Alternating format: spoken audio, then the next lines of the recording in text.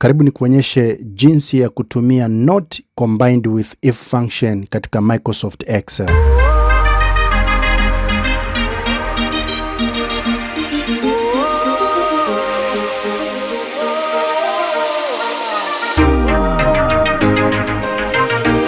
Okay, na tuanze kwa kuangalia mifano yetu, na hapa tunaona tuna idadi ya wanafunzi wako 9 na tunataka kujua active, mtoro, no permission na absent katika programu yetu. Lakini mifano iliyopita ya and na mingine au ya or tuliangalia kwa kwenda hivi, lakini kwa leo hatutaenda hivi tena. Hatutakwenda hivi bali tutaangalia row ya hii column hii hapa kwa kwenda chini kwa kutumia neno not au kwa kutumia function not. Sasa function not huwa inafanya kazi tofauti na and pamoja na or. Not ni kinyume cha zile zote mbili. Not manake sio, hata kama value iko true. Tanielewa tutakapoingia kwenye mifano. Tuingie hapa kwenye row hii hapa, tuweke equals to formula starter yetu. Tunaandika not and again tutasema this cell equals to active, then this cell equals to active. Wait, kama iwe active tunabana and then control enter. Unaona inasema false false manake tunataka tumtrack mwanafunzi ambaye yuko active. Hatutaki ituletee kitu chochote, ila kwa wanaobakia sasa tunataka ituletee true, kwa sababu tunataka kudili nao effectively kabisa, ituletee true. Sasa hapa imetuonyesha false, na tukidragi kwenye hizi zingine za chini inatuambia hizi zingine zote ni true.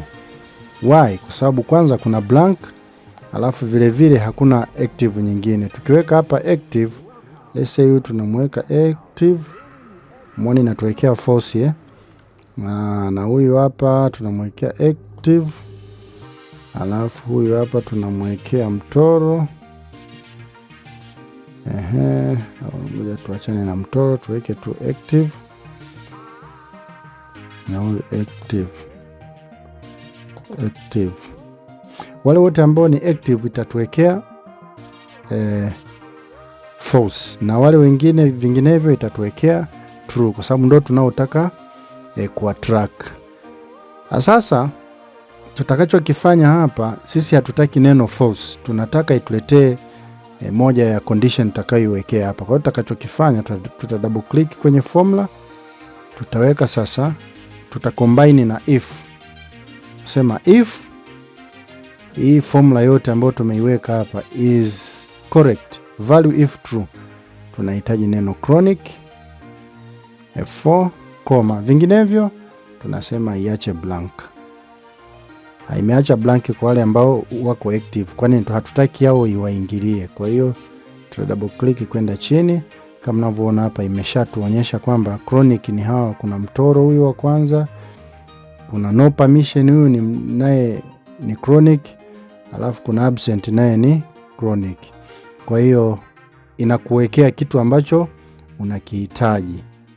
Umeona bwana, this is it. Tuingie kwenye mfano mwingine huu hapa. Kwa mfano huu tunataka tujue wanafunzi ambao hawajapata F. Wanafunzi ambao wamepata F angalau kwenye somo la civics. Tutaweka huku kwenye status, tutaweka equals to note. Tutasema this one should be greater than this one. Obviously itatuwekea false. Enter, inasema false. Tukidouble click mpaka chini na tuletea false nyingi pamoja na true chache. Ndivyo tunavyotaka. Sasa kama kawaida hatutaki hizi false tuzione, tunataka sisi sehemu yenye false, maana yake huyu mwanafunzi hajapata, yani amepata alama ya juu, na ndicho tunachokitaka. Tuta double click hapa. Tuta combine na if function kwa ajili ya kuwrap up. If logical test ni hiyo hapo, value if true tunataka iandike poor kwa wale ambao wamefanya hivyo. Poor, otherwise tunasema iache blank. Control enter, double click. Ukishuka huku chini unakuta wanafunzi wote ambao wameperform chini ya 29 au chini ya 30 inawaambia pua ya kwanza, pua ya pili, pua ya tatu, pua 3. Hawa wote ni pua. Kwa nini? Kwenye somo la civics wameperform wana F. Kwa unaweza kujua wanafunzi ambao wamepata F. Wale ambao hawajapata F inawaacha hivi hivi. Kwa hiyo hivyo ndivyo tunavyotumia not together with if function. Asante sana kwa kuangalia TZ Excel. Usikose kusubscribe, usikose kucomment, usikose kushare na marafiki zako ambao unawapenda ili waweze kuijua channel ya TZ Excel na wenyewe wajifunze mdogo mdogo hadi wawe advanced kama wewe ambavyo umejifunza. Sharing is caring. I will see you next time. Asanteni sana.